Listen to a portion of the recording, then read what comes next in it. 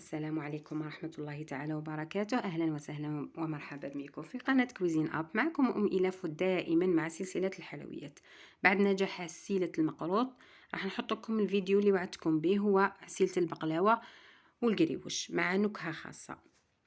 نحطوا لها واحد التابل يعطيها واحد النكهة روعة مميزة من قناة كوزين أب. في كيلو غرام تاع سكر نتحصلوا على كيلو غرام تاع عسل.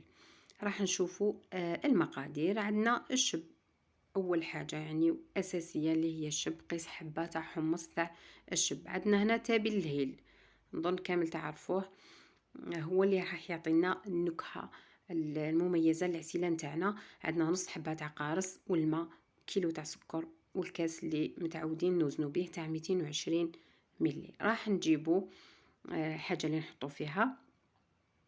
نحط الحاجة الأولى، نحط كاس سكر كما راكم تشوفوا مع بعض.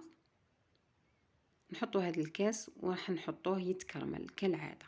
درجة تاع الكراميل هنا اللون نتوما تحكموا فيها. بغيتوا العسيلة نتاعكم تجي فونسي تخلوه يتكرمل بزيادة، تبغوها يعني تجي أقل يعني خلوه غير شوية على حساب الذوق تاعكم.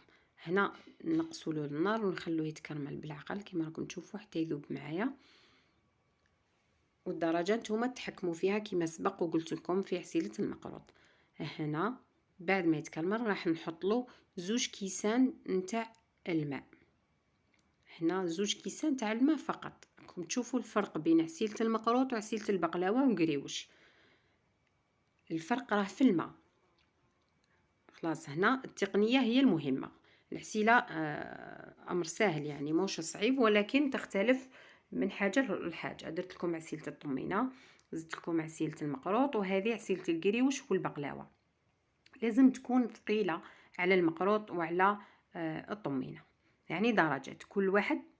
عندنا كل حاجه عندها العسيله تاعها كما رانا نشوفوا هنا. نزيد بعد ما تذوب هذيك الكراميل معايا، نزيد نكمل نحط هذاك الكيلو تاع السكر ونخلطه على نار هاديه حتى يذوب معايا كما راكم تشوفوا. يعني تعمدت باه نخلي لكم الفيديو طويل باش تتبعوا كامل المراحل. هنا راح نزيد هذوك الحبيبات تاع الهيل والنص حبه تاع القارص كما راكم تشوفوا، والشب اللي معايا. اللي ما عندهاش الشب تقدر دير حمض الليمون لاسيد سيتريك عادي، ديري نصف ملعقه صغيره يعني في بلاصه الشب. هذا السؤال يعني سالوني بزاف اخوات عليه. نعم تقدروا في مكان الشب ديروا لاسيد سيتريك هنا، وتخلطوا مليح مليح باش ما تعاودش هذيك العسيله ترجع تتسكر معانا. كما راكم تشوفوا هذه هي المرحله المهمه. كي يبدا يذوب معانا هذاك السكر وتبدا دير هذه الرغوه اللي من الفوق، هنا يعني نزيدوا لها النار ونخلوها تغلي مده 5 دقائق. هنا درنا هذه الطبقه البيضاء من الفوق رغوه، تشوفوها كي شغل رغوه من الفوق. هنا راح نحسبوا لها 5 دقائق. هنا هذه الرغوه هي تاع التفاعل تاع الشب مع السكر مع هذوك كامل المكونات. هي بعدها راح تشوفوا باللي تقوى هذه الرغوه، هذو الليبول يقواو ومن بعد يبداو ينقصوا. يعني خلوها 5 دقائق ونطفوا عليها تكون العسيله نتاعنا واجده كما راكم تشوفوا. ما بغيتش نخلي لكم الفيديو طويل بزاف لانه 5 دقائق تقعد كامله تغلي قدامكم. انا نوري لكم هذا الجزء وانتوما خلوها 5 دقائق. هنا كما رانا نشوفوا هذيك الرغوه راح تبدا تنقص معنا. راح نطفوا على العسيله تاعنا بعد مرور 5 دقائق ونخلوها تبرد ومن بعد نشوفوا القوام نتاعها.